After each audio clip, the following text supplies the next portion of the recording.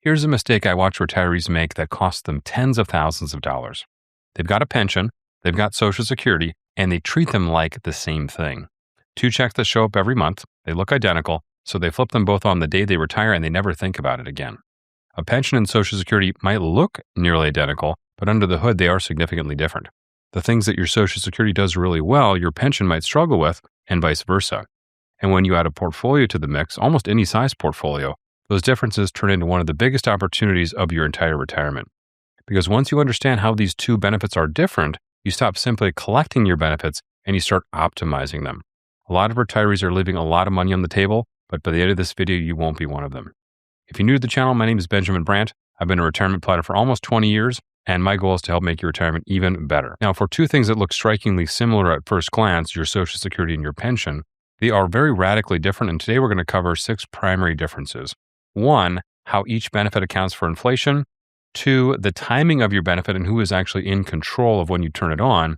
3, your survivorship options, and this is interesting because it has an effect on both the front and the back end of your retirement plan. Number 4, taxation or potentially lack thereof, no taxation. Number 5, flexibility and reversibility of your benefits, including, we'll talk about a couple old strategies that are gone for now but are still worth knowing about. And finally, number 6, which of these is actually more at risk of disappearing altogether? 6 contrasts, and every single one is a place where I feel that retirees are leaving significant money on the table. Before we dig in, let's talk about some good news. If you have Social Security and a pension, you are in pretty rarefied air, and you're going to benefit significantly from a retirement benefit that is very quickly approaching extinction levels. As of 2025, only about 14% of private sector workers even have access to a pension at all.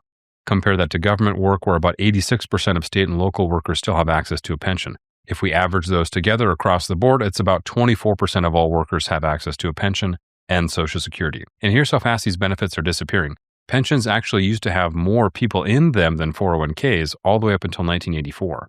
Today, it's about 11 million people in pensions versus 93 million people in 401k style plans. Private pensions have basically been cut in half since the early 1990s, and almost no private company is starting a new pension plan anymore. If you have an investment portfolio, even a modest one, but especially if you're a super saver with $1 million or more, then that portfolio will be the key to unlocking your ability to not treat your Social Security and your pension the same. You get to use each benefit for what it's best at. So let's start with the biggest difference between the two, and that's going to be inflation.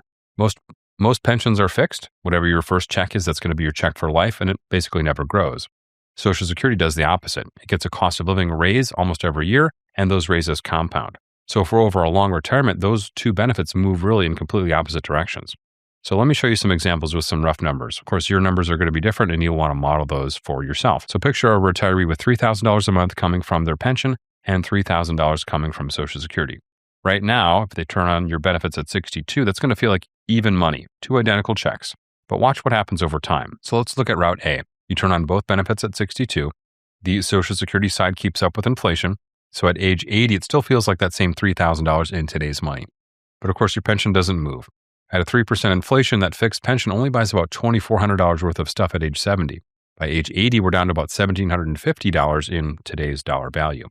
Same benefit, almost half the buying power gone. So your $6,000 per month retirement has shrunk down to about $4,800 in real spending power, and every dollar of that loss came from the pension side of the equation. Now compare that to route B. Same benefits, but this time we include your portfolio.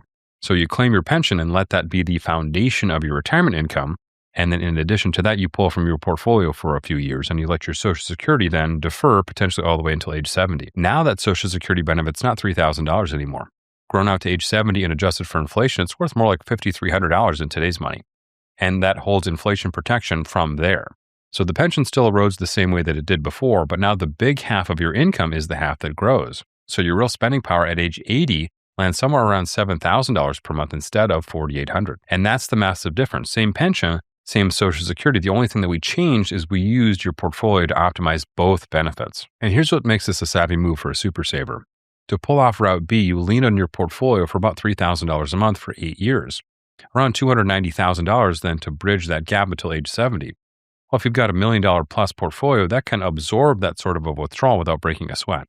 So your portfolio is the thing that buys you the right to wait. And that's really the whole game. We use our portfolio to optimize both benefits. If you have a smaller portfolio, that's fine too. We just use part of that smaller portfolio to defer for a shorter amount of time, maybe a year or two. rather than all the way until age 70, but we still get to reap a lot of the benefits. Real quick, while we're here, if this is the kind of retirement content that really resonates with you, I think you'll love my free weekly newsletter. It's called This Week in Retirement, where I find the best stuff on the internet and I send it your way every Thursday morning. The link is in the description if you want to join us. All right, the second contrast is timing and who actually controls that timing. So your pension is usually built to start the day you retire. If we wait longer, most pensions are going to give you very little or no reward for waiting. On the other hand, Social Security is the exact opposite. Every year that we wait beyond our full retirement age, all the way up until age 70, our benefit grows by about 8% per year, and that is guaranteed, and that is inflation adjusted on top of that. Interestingly enough, almost nobody takes full advantage of maximizing their Social Security all the way until age 70.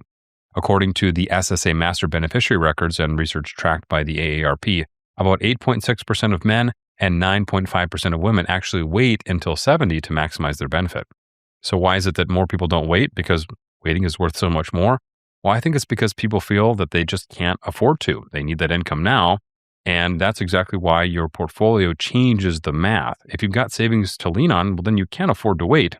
And that's the single biggest reason that a super saver should at least consider delaying, in my opinion, especially if you're married. Your portfolio is really the key that unlocks the best version of Social Security. We're quite literally on the front end of our portfolio trading assets that might earn 3 to 5% for an asset that's going to earn 8%. We're trading lower yielding cash and bonds for higher yielding Social Security. And that's a trade I'd make 7 days a week.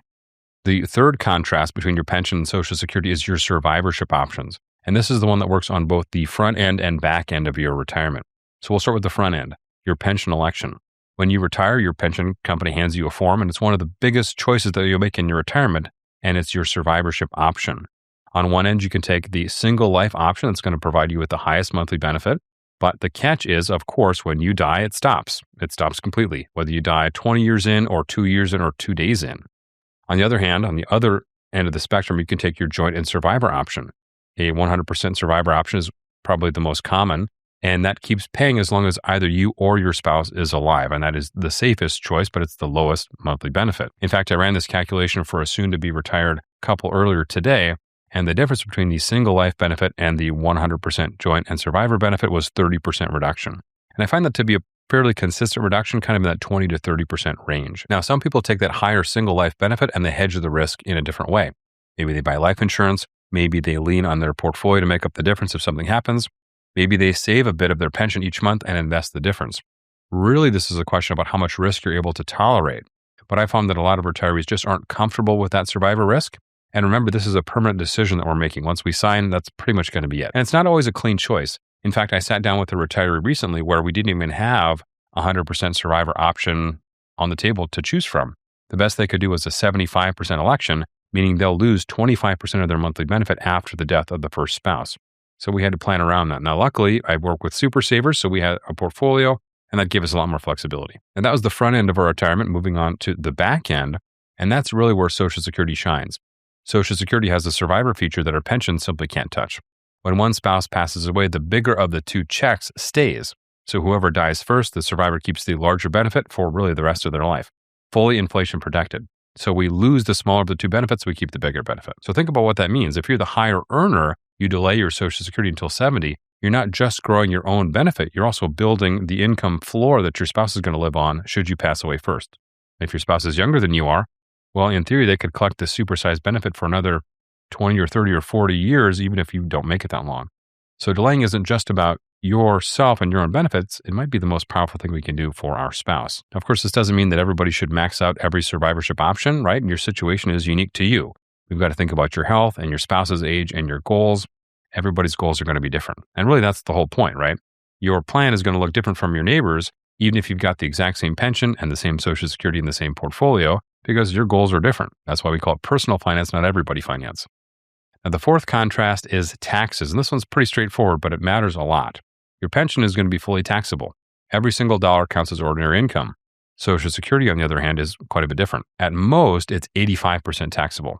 And depending on your other income, it could be taxed a lot less than that, even all the way down to $0 taxed. Now, I'll be honest with you, if you're a super saver and you've got a healthy income in retirement, we're probably going to be much closer to that 85% cap anyway, so we're not talking a dramatic difference in taxes.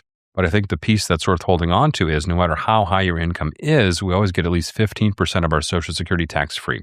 Unfortunately, our pension doesn't get that same treatment. So Similar looking checks, but quite a bit of a difference from a tax perspective. Now, the fifth contrast is flexibility. Because a pension is permanent, once you make that election, there's really no undo button. Social Security, on the other hand, gives us a little wiggle room that I don't really hear many people talking about. And these are two very real do-overs. So first, if you've been collecting for less than 12 months, you can simply withdraw your application. Granted, you do have to pay back what you've received, but without interest, right? It's almost like you've never claimed. So you get to do that once in a lifetime. So if you're recently retired and you flipped on both your pension and Social Security at the same time, now you're watching this video and you're maybe rethinking that, you may have a window to undo that claiming decision. If you're seriously considering it, check out Form SSA 521. And the second do-over is once we hit full retirement age, we can actually suspend our benefit.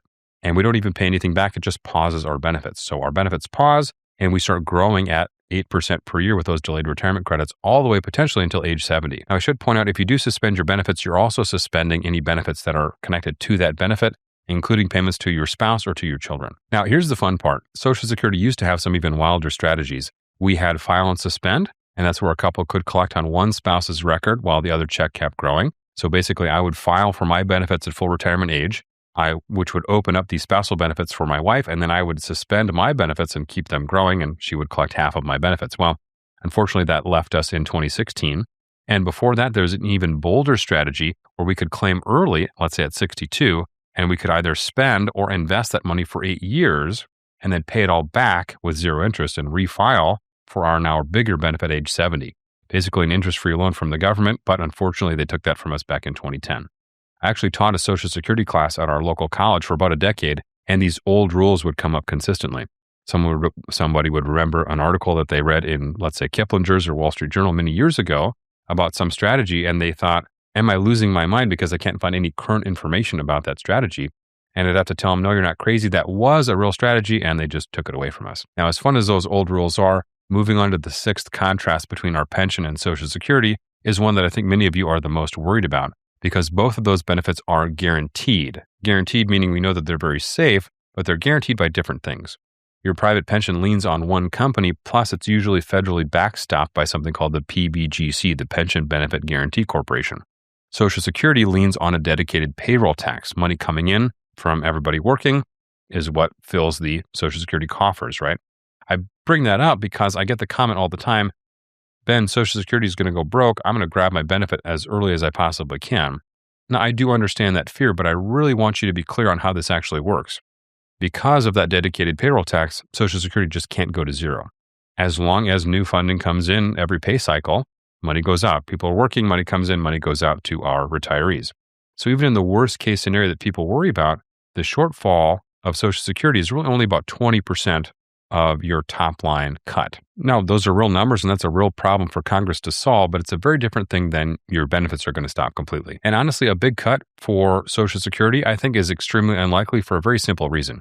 People over age 60 are the most reliable voting bloc in the country. In fact, the Census Bureau reports that when we look at recent national elections, the turnout for citizens 65 and older routinely sits near 75%. If we contrast that to younger people, ages 18 to 24, they come out in elections at a rate of about 41 to 47%. So older Americans are mathematically the most dominant, consistent force at the ballot box, which makes an unmitigated cut to their benefits politically suicidal for both parties. So it's just not going to happen. So please, don't make a nearly permanent claiming decision based on a doomsday scenario that I don't think is going to happen. Please don't let fear cost you real money. By the way, if you need help maximizing your benefits and using your portfolio to fill in the gaps, that's exactly what we do with our Retiree Blueprint. You can learn more at the Work With Us link in the description. So look at everything we put together here. In almost every one of these 6 contrasts, where your pension is weak, your Social Security is strong. And where your Social Security has a gap, well, your pension and your portfolio can fill it pretty seamlessly. If we treat both of these benefits as the same thing and we turn them both on at age 62, well, then we give all of that up.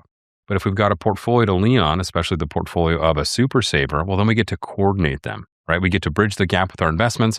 We get to let our Social Security grow into the inflation-proof and survivorship-proof check that it was really meant to be. And we get to keep our pension as the rock-solid floor beneath everything. Proper coordination lets us keep the best of both worlds. Thanks for watching.